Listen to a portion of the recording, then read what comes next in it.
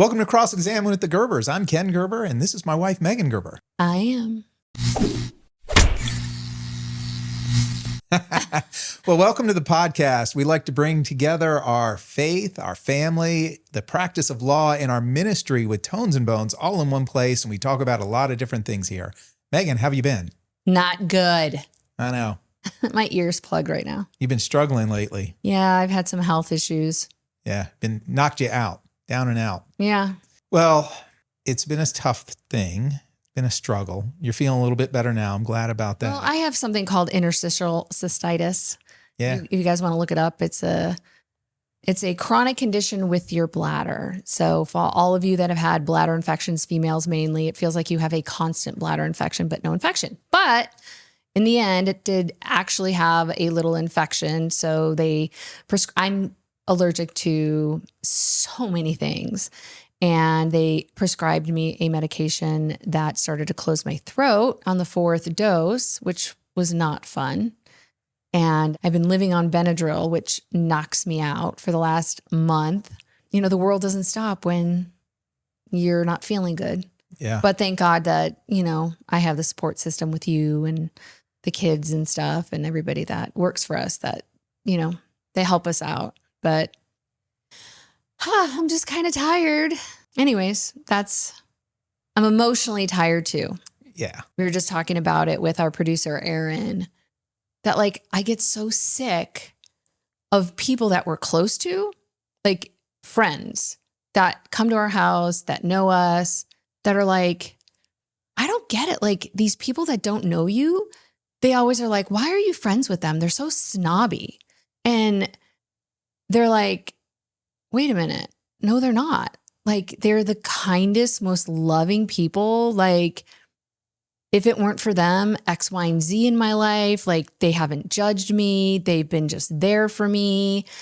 And I don't know. It's so weird, too, because you're right. It comes from people who don't know us, who are just tangentially exposed to us. Yeah. And they make these snap judgments about us. And it's well, it was it's interesting. generally One like of that. Skyla's friends was here the other night, and Skyla's gone to school with her for a long time. And there was actually 2 friends here. And she said, you know what I find so interesting? Because they know the same people. The people that actually say bad things about you aren't very godly. They're the ones who blame you. But yet I've known you guys for so long. And you guys are really such sweet, kind, giving people. I really don't get the phenomenon. Like if you were to actually, and these are 15-year-olds that are saying that they see these adults say these things about us, but yet they come to our house and they're like, you guys are saying these things, but it's not true. Like the Gerbers are so sweet to us. And there's like, I don't have an answer for it anymore. Like I had to look up the word snobby because I mean, what does that really mean? Like to better than somebody else or whatever. And, I looked up the word snobby and these other words came out, which I definitely feel we are because we are business owners in the Valley. I think we have to always be representing who we are, but also a professionalism to everyone. I mean, that's just me as a person. I would like to be professional with people. We are refined. I think that we care about how we come off and we like to take care of ourselves. I am confident. I wouldn't be able to do the businesses that I'm doing if I wasn't confident in my ability, but that doesn't mean I think I'm better than you or you think you're better than somebody else. No. We are discerning. When you do own a business, a lot of people come at you. And you have to get tough skin. So if being discerning and having tough skin and kind of weeding out those that are coming for different reasons than really being your friend, if that's snobby, I guess maybe that's snobby. Sophisticated, elegant, self-respecting. I mean, if those things are snobby, then I guess we're snobby. I honestly, my heart says otherwise. Like I love people. I feel like I want to communicate. I feel like maybe my communication creates them to make them feel uncomfortable because I don't know. We talked in one of the recent podcasts with one of our guests that there's a lot of greed in the church. There's a lot of jealousy in the church, and it shows itself in all areas of life, all walks of life, people that you come in contact with. And it's not just those things, but it's a lot of judgment. It's a lot of snap judgment that people are making. And it's important for people to realize that there's a lot that goes deeper. And when they see somebody like us, we run businesses. Are people going to trust us with their case at the law firm? Are people going to want to listen to us on the podcast? Are people going to want to trust their kids coming to Tones and Bones if we don't present ourselves as we actually are? That, hey, you know what? We take responsibility seriously. We take all of what God's providing for us and allowing us to steward very, very seriously. And so we present ourselves that way because that's who we are. And it's important that we are presenting ourselves that way. And what people don't know is I actually have my cosmetology degree. I love doing hair. I love doing makeup. I love beauty. So I love dressing up. I'm not dressing up to look better than anyone else. I like that you dress up. Well, thank you. But I mean, I literally enjoy it. And if you don't want to dress up, I don't care. I'm never sitting could I sit there and say, we're at a wedding and someone's in a bathing suit cover up? Sure, of course. I'm going to be like anybody. When we went to Poland, there were women there that immediately didn't like me, thinking I thought I was better than them. And they didn't know you. They had no conversation with you whatsoever. I have no idea why. And they would think that I would know why, I think, but I don't. I mean, I am a very outgoing person, but at the same time, I'm reserved to a certain degree. I don't know you. I would love to get to know you, but maybe me being reserved in the way that I look, I come off as not wanting to know you, but that's not true. No, anybody who does spend a couple of minutes with you realizes you've never met anybody that you can't become instant best friends with. When people think that I think that I'm better than them, I mean, maybe that's the snobby part. I'm not thinking about them. I'm thinking about me presenting me the best. I'm thinking about how I can be the best me for them. I'm not judging them. I'm not looking at them and thinking they could be doing something different. I'm sitting there thinking to myself, what can I do for this person? How can I help this person? How can I be a loving, godly person to this person? And I don't have an answer. I don't have an answer. Well, you're literally following Jesus's words. You're literally to the best of my ability. I'm loving not perfect. people as you love yourself. I'm not perfect. I do want to love them and I want to understand them, and that can get uncomfortable. I mean, and I think a lot of people look at it as well, and they're skeptical of somebody loving them in that way. They feel like, what are you trying to get over them? What are you trying to pull off? And they're distrusting. And that's really a shame. Well, what's funny is people see our family, right? The kids love me to death. You love me to death. Women are like, why are you so obsessed with me? But they don't see what we do behind closed doors. No. How affectionate I am towards you. How much I am communicating to you. How they don't see that. So they don't get that level of me because they're not taking the time to really get to know me. Right. And I can't change that if you automatically think that I'm somebody that wouldn't like you. No. Bottom line is people need to hold back on the judgment. They need to give people an opportunity to present who they actually are. You need to just allow people to be themselves and not make snap judgments. judge not, lest ye be judged. Yeah. Right. So I guess they always talk about, well, these people don't want to be friends with you because they're jealous. I can't see anything of them being jealous about for me. Like, I'm not this person that thinks people are jealous of me. I can't ever think that. I can't ever wrap my head around that. Maybe if someone can't have kids, they are jealous of the fact that I have kids. But I don't see yes, if someone is in ill health, they think, oh, well, she is healthy, or someone that lost somebody, maybe lost their spouse, they're still married. But just me, I don't think of myself that way. I don't think of myself as somebody to be jealous about. Every day I fight my own demons. Every day I'm struggling to be above water. So many times life can get so hard where I just cry in your arms, wanting to be the person that everyone thinks I should be or I shouldn't be. And I'm self-evaluating myself all the time. And I'm getting to the point where I don't have an answer for people. If you think I'm snobby, then I'm snobby. If you want to get to know me more, then get to know me more. And you're actually open to it. Yes. I literally don't think of anyone as below me. I think of people as having different of opinions. I think that people live different lifestyles, but I don't think of I think of everyone side by side.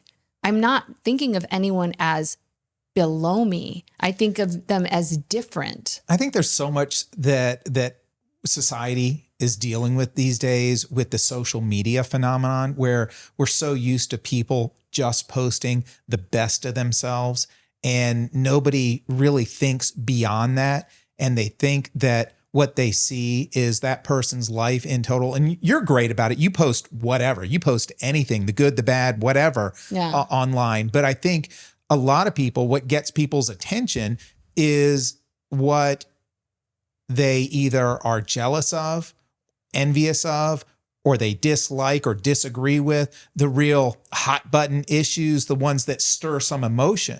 And so they're limited, and you might post something that's, a memory of, the kids sitting at the dinner table or something like that. And it's not that exciting. And they might just scroll past that because it doesn't evoke some kind of strong emotion with them. But when you post something that's political, or you post something that we're on a vacation or out at a dinner or something like that, then it's going to stir that emotion of that envy or jealousy or rage or anger or, opposition. And those are the things that people hold on to. So I think a lot of it is the social media phenomenon where people are picking and choosing what they know about you and how they're deciding who you are. And realistically, nobody is just what they post on social media. Nobody is just what they talk about in a brief conversation. Get to know somebody. Well, and it makes people not want to put themselves out there. Sure. It's safer to be in your four walls and not putting yourself out there and not allowing people to see your heart and see who you are. And you keep safe that way. But you're not building connections. You're not building bridges. I guess I'll get a black eye so that people can understand one another. I'm going to get in the ring and get mudslinged at me. And I'm not right about everything. And I want to have open communications. I want to learn. I realized that one of my family members, multiple, stopped talking to me in Illinois. I actually sent a text to my aunt saying, I'm so sorry. This is how I feel. I love you very much. Please communicate to me what happened. This was a year ago. She never replied to me. Full on ignored you. In her 60s. Right. I don't know what I did to her. And I literally, as someone that is her niece, texted her saying, I'm so sorry, X, Y, and Z. Can we please communicate because I love you very much? Never responded. I was cut out because, from what I'm understanding, I asked for prayer for my cousin when her husband passed away. And it was inappropriate, the timing that I did it on her Facebook page. And I used one of her profile pictures to say it. So none of them are talking to me after that. They've blasted. I've been cut out of the family because I asked for prayer wrong. And I was called out on it. And they still don't talk to me to this day. And you know what? If asking for prayer for somebody who's hurting is wrong, then I don't want to be right. The fact, though, that I reached out and asked for clarification and for communication and to be ignored, I was wanting to learn what I could do better. I'm not sitting here pointing fingers. I want to know what else I can do. I want to know. I want to communicate, just like, and this is just going off of what's going on with the world right now. I want people to know where my position is when it comes to vaccines and Tylenol. I want them to understand what we've lived through. And that doesn't mean you don't go and get your vaccination. I'm just giving you my side of it. And what gets hard is people get very hateful if you don't align with their thoughts. If you don't align and agree with them, they immediately cut you off. And that's why this world is such in shambles, because we are unwilling to change. We are unwilling to admit we have bias, and we are unwilling to listen to what somebody else has to say. And I want to be that bridge if I can. I'm obviously going to have my own bias. I'm obviously going to think certain things. I'm a human. You think certain things. Everybody thinks certain things. But I get beat up because I want to communicate. I get beat up because I want to be that responsible person. I want to put myself out there. But by putting myself out there, I get ridiculed. I get criticized the most, and I'm not a victim. And I'm sounding like it right now, but I'm not. Well, you're not going to change what you're doing. No. And it's okay to do your best. It's okay to do what you feel God's calling you to do and it not being good enough for other people. You have to then just say, this is the way that it has to be. And you have to be okay with that. Yeah, absolutely. That's great advice. And, along the lines of the open communication, you've been posting, because there's been so much in the news this past week, the Tylenol issue with autism spectrum and with Charlie Kirk stuff, with, all these different things, Jimmy Kimmel, that whole issue. And you've been posting about it. And what I've really appreciated is the dialogue that you've gotten into with people. And not everybody that is commenting aligns with you. Mm-hmm. And there are plenty of people that are against you. One of our very good friends up in the Chicago, Wisconsin area is not aligned with us politically, or, a lot of other areas he's not aligned with us. And it's great. He actually called us. Yeah. He called us and we're like, I love you. We love each other as friends. We all love each other. And he posts his opinions. We respond to it. He responds to us. Other people chime in. And at one point, somebody jumped in against him and called him a name. Uh-huh. And I really appreciated you jumped in immediately and said, whoa, whoa, whoa. That's not what this is for. Correct. This is for open dialogue. This is for open discussion. And that's not appropriate. Correct. It's not. We're going to come on here. I want to have a safe space to communicate, and your emotions might get high. I would say take a breath and don't post. I mean, I'm not perfect. It's not that I haven't thought people are jerks or labeled people, but I think that as a society, when you start calling people names, it stops the conversation. We've gotten to a point in society, and I think we all realize this, that, and I honestly, my personal opinion, it's driven by the 24-hour a day news media and social media, where they are driving people to be divided. They love the fact that there are two sides that they can pit against each other. And while they're pitting us against each other, they're polarizing the issue. And they're saying, and that's actually a technique that can be studied and used in trial work, going to trial on cases, is polarizing the issue to where you either agree with me or you're absurd. And the flip side is correct as well. They say the same thing. You either agree with me or you're absurd. And there's no middle ground whatsoever. And so that's happening in politics. That's happening in the media. That's happening on social networking. That's why you have these jockeys behind their keyboards that feel free to spout off anger and hate and that type of thing, because they've been polarized and they don't see that there's a whole spectrum of opinions and positions and things to discuss. And so it's about opening up the dialogue and getting out of that space where it's so divided and it's so polarized. Well, you have to realize, today, I was making posts and, Trump does the post about Tylenol and something else. And everyone's immediately like, oh, it's because they don't want to have, they don't want to talk about the Epstein files. And, you can point everything to the Epstein files. But bottom line is most people have made up their mind. You know, if you think Trump's on the list, no one's changing your mind. If he's not on the list when they put it out there, he took his name off the list. If you believe that his name isn't on the list and they don't, his name's not on the list, everyone's made up their mind what they think. And it's not that we should stop talking about it. That's not what I'm saying. But if you're not here to admit you're biased by the news you watch, by the people you listen to, I'm biased. I don't listen to liberal media. I don't. I mean, some of it, I guess I see it on Facebook or I see it on, X or TikTok, but I get it. We all see different information. We all have things filtered to us differently. And yet we're becoming an intolerant society. Intolerant to opposing viewpoints. Yes. And the second, just like with Charlie Kirk, the second you say something that hurts someone's feelings, then you're evil.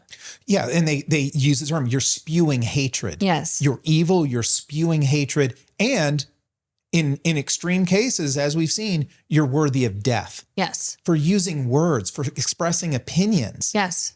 It's abhorrent. It really is. I feel like the same people that would have picked Barabbas over Jesus are still alive and well. Yeah. Well put. Would Jesus be considered prissy by these people because he's giving them information? I mean, that the disciples didn't dress up back then, but they held themselves up. That they spoke eloquently. That they were leaders. They were confident. And God gives us that confidence. The Holy Spirit gives us that confidence. And if that's seen as prissiness versus knowledgeable, then those same people that could benefit from being friends with other people like myself, like you, they end up not growing. And I think that that's sad. I think people end up going in their little holes mentally. I mean, they mentally go into this space of darkness, thinking that something that's bright. And, people have told me that when they come and talk to me, I'm a bright light. I try to be positive. I try to help them. I try to encourage them. But a lot of people don't want that. They do want to be victims. Sure. And so they see me out here speaking about the possibilities in your life and not staying stuck. And that's threatening to them, I think. I think you're probably right. And so something that was interesting that you brought up this past week, Ken, and that you posted, and I was really proud of you, was letting everybody know your journey and growing up Jewish and now finding Christ and your epiphany with that and your view on how you feel like that community treats other Jews and treats people. Would you like to tell everybody about that? Yeah, sure. I started off thinking about where I am now with my faith in Jesus. And it's not an easy move. It's not an easy thing for somebody raised Jewish to do. And so I started thinking about really the basis of why that is. Why is it so difficult? And there's really such a stigma about it, that so much so that at least, again, my upbringing, Sure. Jewish, I can only talk about my upbringing. Jesus wasn't discussed. It was a non-factor. And there's this whole walling off of Jewish people and the Jewish community. And I started to think about why that was, because you're essentially taught not to go outside of that community. You're not to intermarry with non-Jews. They make it very, very difficult for people who want to become Jewish to convert to Judaism. I mean, it's a really, really big thing, so much so that I've read that rabbis are actually told when somebody wants to come to you and convert to Judaism, you should discourage them. And those types of things really got me thinking about how it's this closed off community. And there's this thought process, this almost fear of assimilation, watering down of the Jewish people, and eventually the eradication of the Jewish people. And there's this fight. And, so much of that is obviously based on what's been, the history with persecution throughout the years. And the Holocaust is always on people's minds and tongues about that. And so I understand where that fear is coming from. But honestly, what I was looking at is not just why it's so difficult for Jewish people to look into Jesus and to eventually accept Jesus. Well, because you're actually, you would be turning almost on your tribe. It's like you're taught, it's not like, hey, just don't look over there. If you do decide to look over there towards Jesus, you're actually being an unloving person to all of us. Right. You have a community that is depending on you. You're told that Jews for Jesus, Jewish people who have come to faith and accepted Jesus as their savior, that's a cult. Don't talk to them. Yeah. That Messianic Jewish temple, again, Jewish people who still practice Judaism, but do it in the vein of Jesus as their savior. And we've been to one. We've been to one. Jack. And I told you just earlier today, I felt more Jewish going to that than I have in many, many years, because all the Jewish, your whole life. Yeah. All the Jewish traditions are there. You're still practicing as a Jew and going to synagogue. You're just accepting that Jesus is the Messiah. And there's just, I was told, well, Messianic Jews, they're not really Jews. And that's not true. And what I eventually came to with all of this is what I've known for a while now is there's so much that points to Jesus as the Messiah. And there's so much that shows that turning to Jesus is not ending and watering down and being assimilated from Judaism to Christianity. It's a natural extension. It is the next path of Judaism. It is being more Jewish by accepting Jesus. Jesus was Jewish. His disciples were Jewish. His teachings were Jewish. The early church was Jewish. It is a natural extension of Judaism accepting Jesus. Well, what do you say to the Jews out there that said, he can't be because there's supposed to be no more pain? Isn't that what they say? There's no more strife. Yeah, so there's no more pain. That's actually something that I found really, really interesting is looking into that. And so it's the Messiah. Jewish belief is when the Messiah comes, he's supposed to eradicate all evil in the world. And so that's the big objection to Jesus as the Messiah is look around you. Just what we've been talking about here on this podcast. Look around you. There's evil in the world. And that's the basis of saying that Jesus could not have been the Messiah. But what I've looked into and what that opinion ignores is Jewish teachings are actually two different versions of the Messiah. There is the conquering king that comes and rids the world of evil. But there's also at the same time, there is the suffering servant Messiah, both in Jewish tradition, both in Jewish teachings, and they both point to the Messiah. And so what is interesting about that is that if the conquering king Messiah came first and rid the world of evil, who's he going to get rid of? Because Everybody. there's evil in every one of us. Everybody. None of us are worthy. Right. So the suffering servant had to come first, had to give us a way to reconcile with God, so that way, when the conquering king comes, we're reconciled to God and evil is done away with, but we who are reconciled to God are not done away with. And so I just found that so interesting that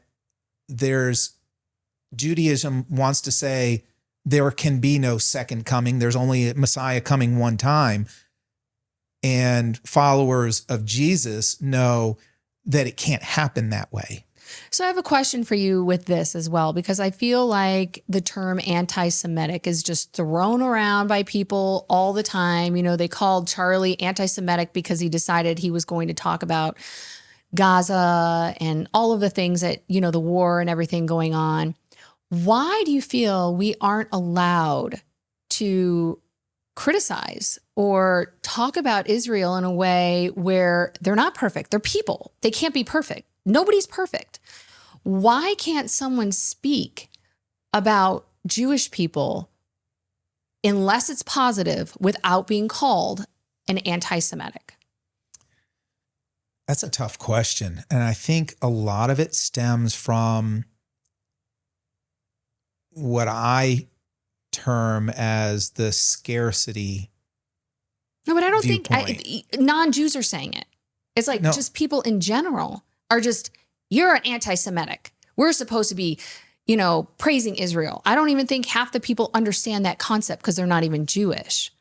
I don't even think they understand that, is my point. Yeah, but as far as where it comes from. You don't think that maybe some part of it's not having to do with control either? Like, I mean, I'm far from an anti-Semitic. No.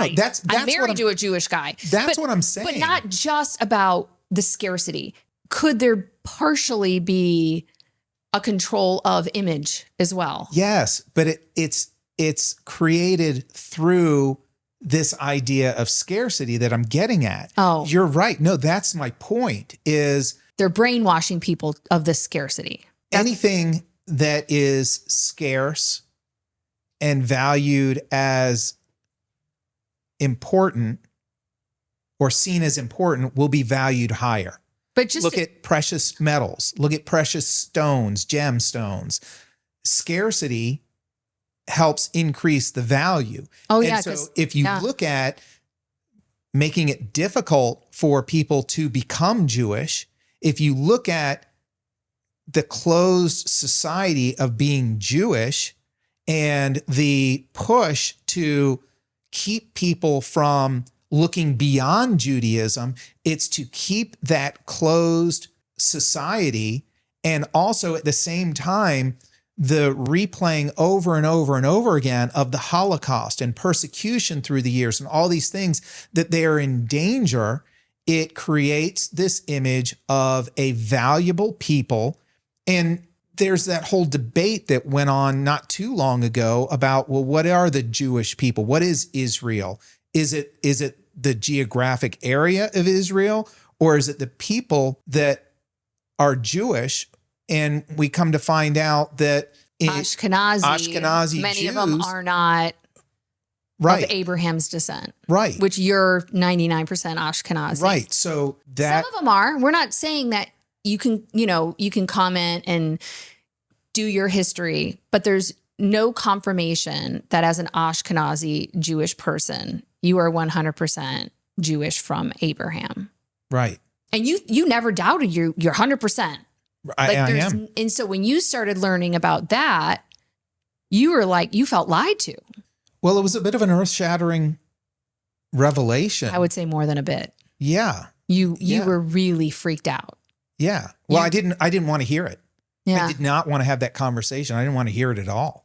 Because we were looking up the tribe of Ashkenazi. It wasn't like we were looking for something like that. And the more we started to look into that, we were like, wow. I would encourage any Jewish person out there to research that. I mean, it just take 5 minutes on Chat GPT. Look up, what is it, the Khazars or the Kazakhs? Yeah, part of the Khazars. They actually owned a big port, right? And like for trade. And they were opened up to Muslims, Christians, and Jews. And then around the 8th century, they became just Jewish. The elites decided they were all going to be Jewish. There was a mass conversion to Judaism. And that's the basis of where Ashkenazi Jews are. And that's the vast majority of Jews to this day are the European Jews, the Ashkenazi Jews. And so the bloodline, the inception of Ashkenazi Jews are for the most part not Jewish. So that kind of changes your mindset a little bit when you think about. Well, if you look it up, they will say if you were welcomed into the Jewish community, you are spiritually Jewish. Yeah, which is another reason that I read why they make it so difficult for conversion to Judaism, is because they want somebody to really suffer through the pains of studying Judaism and finally being accepted in, so that way you can feel like, you have that spiritual connection. So I'm going to ask you this too, because I believe on like Tucker Carlson, they were talking about this. Do you believe there's a difference between supporting the Israeli government and Israel? Like in the Bible, when they talk about that, they say we should always be supporting Israel. Do you believe that those are two separate entities? I don't see how you can necessarily tie the two together as one, honestly. I mean, if we're not talking about the bloodline of Abraham, if we're not talking about the Jewish people that trace their lineage all the way back to Israel in the time of the Old Testament, then you're just implanting people, and it could be anyone, just by virtue of making a decision. They're part of the chosen people and have to be protected and can't be scrutinized. It just doesn't sit right with me. And honestly, what is great about thinking about Jesus as the Messiah and that being an extension of Judaism, what was God's promise to Abraham when he made the covenant? Is that he will bless all of the nations through Abraham and through his bloodline and his seed, and they will bless all of the nations. Well, with Judaism being such a closed community, with not wanting to evangelize and spread Judaism, with not being restrictive about people converting to Judaism, about trying to keep people from going outside of Judaism, how does that bless all of the nations through Abraham? And it doesn't. The only way that it does is by Jesus giving the Great Commission, go out and make disciples of all nations. That's how it spreads. That's why Christianity, a belief in Jesus, is a natural extension of Judaism. And that's the only way God's covenant is fulfilled through Abraham to spread throughout all the nations and bless all the nations. And Jesus spoke about the two. He stood up for the land of Israel, but then spoke against the Pharisees and the rabbis and things like that. Yeah, without a doubt. Without a doubt. So can I ask you something else, which it's on topic, but it's controversial, or I guess it's conspiracy?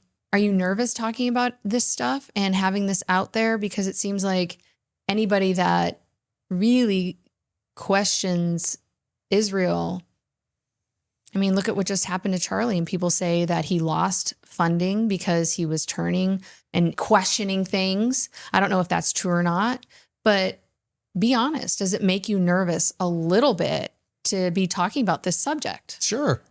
It's not comfortable either. Why is that? Because you feel like you're going to be judged, or you feel like you're turning against your people? Both. I'm telling you, it is so deeply ingrained in your identity of being Jewish, that it feels disloyal. It's hard to overcome. And the only way that I can do it and talk about it is because of how much I've looked into all of it and how confident I am that Jesus is the Messiah. And you're a lawyer. Yeah. So you know how to investigate things. Yeah. And you chose to want truth versus just having an emotion and saying, I'm just going to do it because everyone's telling me. Right. Well, you are married to me and I'm Miss, let's dig in. Yeah. Let's dig up the truth. Let's look and see. Because I'm always wanting to grow. I never want to stay where I'm at. I'm always like, there's more, there's more. Yeah. Let's figure it out. But it's still, you still, in the back of your mind, still have those same things. I mean, in all of psychology, what happens in your early formative years affects people throughout their entire lives. I mean, I still have that in the back of my mind. Sure. Of all that I was raised with. So it's still difficult. Oh, sure. It's like for me, sit here and call out my family, my extended family in Illinois. I mean, like, what am I going to do? Have them stop talking to me? Oh, they're already not talking to me. I know. I mean, it's like, and if you stop talking to me and you have yet to call me and say, I heard this or I heard that, what's true? It's like there's people that are more concerned with the lies. I don't know, it's just the control. I think it comes down to control of money, control of power, control of image. It all comes down to control of their emotion too. They're afraid to address things openly because of their emotions. And what if they're wrong? It's like, that's the thing is if you were to call me or you were to call you or we were to talk about somebody, or let's say somebody Jewish wants to talk to you, they're afraid of opening up those ideas. Right. What does it mean if Jesus is part of your life? Right. What does it mean if the lies you've been telling about Megan to make you feel better? Megan's, working a lot. I'm sitting on my couch. I don't like her because she makes me feel like I should be working more. Well, that's your problem. Why is that my problem? I don't want you to work. Don't work if you don't want to work. I don't care. Live your life how you want to live your life as long as I'm not paid for it. But, definitely God tells us not to fear in the Bible 365 times. And it's definitely a spiritual battle what's going on this earth. Right. We're given the power to trample snakes, right? Amen. Yeah. So that helps in thinking about these things and talking about them here, is knowing that our faith is in Jesus, not to fear. And so that's how you overcome it. My question for you is this. Do you know anybody who was raptured? Oh my gosh. I think my mind was raptured. September 23rd came and went. And poor Skyla, she's, our daughter Skyla, she's been scared about it because TikTok, and she gets into her head. And she said something in the afternoon, like 4:00. And, we weren't raptured. And Jack says, but someday, I think it's the new year, this day lasts till tomorrow. Yeah. Jack, stop it. And he smirks. Siblings for you. Gives her such a hard time about that. I don't know. If someone was raptured, they should let me know. Oh, wait, they couldn't let me know. They've been raptured. Actually, you showed me TikToks of people saying they were selling their vehicles and giving away their life savings. It had to have been. No, it was a joke. Had to have been. It was a joke. And you've thought that I've been raptured from you a few times. Yeah. Well, when I can't find you around the house, sometimes I worry that you got raptured. You said to me the other day, thank you for not getting raptured without me. Right. I want to say one last thing. Women, if you do not believe Trump about Tylenol, please do not take an overdose of Tylenol to prove how safe it is. There's somebody in ICU right now because they downed a bunch of Tylenol and it looks like she's going to die because of what Trump said. And if you look, there's actual facts of Tylenol posting in 2017, it is not safe to take while you're pregnant. So it's already been out there. I do want you just to take a minute, and you've been such a great voice for mothers of children with autism and on the spectrum. And what always struck me with you as so vital, and I think you are such a powerful voice for this, is your determination for early intervention with Jack. And I think how Jack is today is a testament to that. And I really want you to advocate that for these mothers who may just suspect. So I can't tell them how to live. They may have a job. They can't fully do what I did. I'm going to tell them what I did and what worked for me. And obviously, God has a lot to do with it. It's always up to God. So when Jack was 6 months, he was vaccinated. He was testing out at that visit. It's on his medical records that he was testing out as a 9-month-old. Instantly, he got a fever, glassy-eyed, and he was not himself after that. On Monday, after he was given the vaccines on that Wednesday, I took him back to the doctor because I'm like, something's wrong. The doctor actually did his same testing, and he was testing out as a 2-month-old. And I was literally like devastated because here my child was doing push-ups, saying mama, dada, or dada, whatever, making sounds. And he wasn't saying anything. And it was like he was just glassy-eyed staring at me. And he said the vaccines hit him harder. Well, from over the years, I ended up learning, educating myself. I mean, this was 19 years ago. There wasn't all this stuff available at the time. And I found out for one reason or another, and now I know it's the genetics that Jack has. It's my genetics as well. We have trouble detoxing. Okay. And these vaccines have adjuvants. They have toxins. They have these things that you need to get out of your body. And when you can't do that, it causes brain damage or brain issues. And I decided I wasn't going to give Jack another vaccination. And my belief, and I'm not a doctor, I'm not a nurse, I'm not a scientist, my belief is that just like a stroke or just like something getting your brain damaged, your brain heals over the years. And by me not giving him more vaccines, constantly bombarding his brain with more toxins, his brain was able to heal. I also did Dr. Sears attachment parenting. I held him all the time. So when he was 3 and he was finally diagnosed, he didn't talk till he was 5. The developmental pediatrician said, "This is amazing. He's looking at me."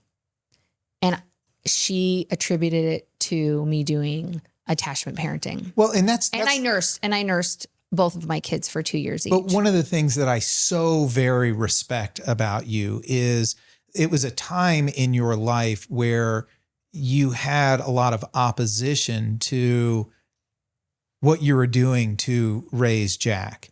And without getting into specifics of who and what, you knew with what you went through with him, and you trusted your motherly instinct that something was not right. And there was nothing that was going to stop you in getting it figured out. And that meant going to get him checked out and evaluated. And you had people telling you he's too young for any kind of a diagnosis anyway. But you knew, and you pushed on through that because you trusted your motherly instincts and got the diagnosis, got the help that he needed, got the early intervention, so that way he had the opportunity to get therapy and treatment as early as possible. And I think that was so vital. And I think that's so important for women to hear. Well, you don't know love until you have a child. You just don't know love until you have a child. And you become their lioness. You will do anything for them. And I knew in my heart, because I'm so connected to those that I love, that I was going to fight for him. And it didn't matter what people thought of me. It didn't matter what people's opinions were. If they thought I was holding him too much, I'm going to hold him as much as my mom's heart. I want to hold him. I don't care. I'm not going to let him cry it out. I want to hold him. He's a baby. I'm going to co-sleep with him. I'm going to be with him. I'm going to fight for him. And it doesn't matter what anybody else said. God gave me the job to be his mom. And you want to see me fight? I'm going to fight for those that I love. What's your advice to women who have a young child, a young baby, and they feel in their heart that something's off? Trust it. Get them tested. Get them tested for genetic testing. It's just a simple blood test. Don't go and get them vaccines if you don't feel comfortable. Learn about them. Don't be afraid to say, this is my child. If everybody in your family is saying, you need to do this, no. If you don't feel like it's right, don't. Hold them. If somebody says, oh, you're spoiling them, then I'll spoil my little baby. You're not spoiling them by loving them. Babies don't know that you're spoiling them. You know, Dr. Sears' book says, or maybe it wasn't his book, so I'm sorry, don't quote me, but babies don't even know they're separate from you when they're first born. So if you're training them to be away from you, they stop crying because they feel like you're not going to come. I adore my kids, as I'm sure everybody adores their kids. And I wanted to make sure I gave my kids the best basis, all you moms do. So I'm just talking to the moms that are feeling nervous about stepping up to the plate to be the mom they want to be, because there's so many voices. There's so many people telling them, you shouldn't do this, you should do that, you shouldn't do this. And here I am, another one. But if you're quiet, you know, you get that instinct. You get that feeling in your stomach when something's not right. And you need to stand up for that baby, because God gave you are their angel on earth to protect them, to hold them, to take care of them. And I took that job seriously. And those people who say you're spoiling the baby, or you don't need to go do that and go do that, they go home at the end of the day. You live with that baby. Yes, I live with that baby, and I hold that baby, and I love that baby, and I love those kids, and I love my children more than my own life. You're a wonderful mom. You've done a phenomenal job with them too. Thank you. And you're a wonderful dad. Thanks. You're so cute. You want to have some more babies? Well, I think that's a wrap. I think we've touched on a lot of subjects. Yeah, we did. And I appreciate you joining us on Cross-Examine with the Gerbers. And don't forget, we own Gerber Injury Law. So if you're injured or a loved one's injured, I would love the opportunity to treat you like my baby. Catch us on GerberInjuryLaw.com.